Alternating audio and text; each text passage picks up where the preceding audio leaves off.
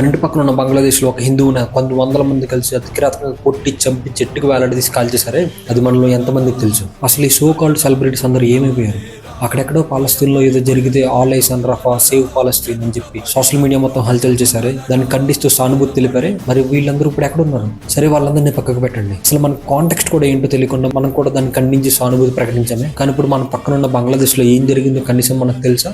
తిప్పి కొడితే ఆంధ్రప్రదేశ్ అంతకుంటుండదు బంగ్లాదేశ్, కానీ గ్రేటర్ బంగ్లాదేశ్ అని చెప్పుకుంటూ మనం భారతదేశంలో ఉన్న 7 రాష్ట్రాలు కలుపుకుంటూ ఒక పెద్ద మ్యాప్ కూడా రెడీ చేసుకున్నారు. కానీ ఇది మనలో ఎవరికి తెలియదు. ఇప్పటికే ఇలాంటి పిచ్చి కోతలు కోసే 2 వ్యక్తుల్ని ఎవరో తెలియని వ్యక్తులు లేపేశారు. అయినా బంగ్లాదేశ్ లో హిందువుల మీద దాడి జరగడం ఇది మొదటిసారి ఏం కాదు. చాలా సార్లు చాలా విధాలుగానే చేశారు. హిందువుల ఇళ్లలో చొరబడి రేపులు మంటలు చేశారు. కానీ దీని గురించి మాట్లాడే వాళ్ళు లేరు. కానీ ఇప్పుడు మనం కలిసిగట్టుగా మన వాయిస్ ని రేస్ చేసే టైం వచ్చింది. అక్కడెక్కడ ఉన్న పాలస్తీన్ వాళ్ళే కాదు, మన పక్కన ఉన్న మన బంగ్లాదేశ్ హిందువులు కూడా మనకి ఇంపార్టెంట్. నా వాయిస్ 0.1% కావచ్చు, కానీ నేను చెప్పాల్సిన విషయం ఇది. నేను చెప్తాను కూడా. జై హింద్.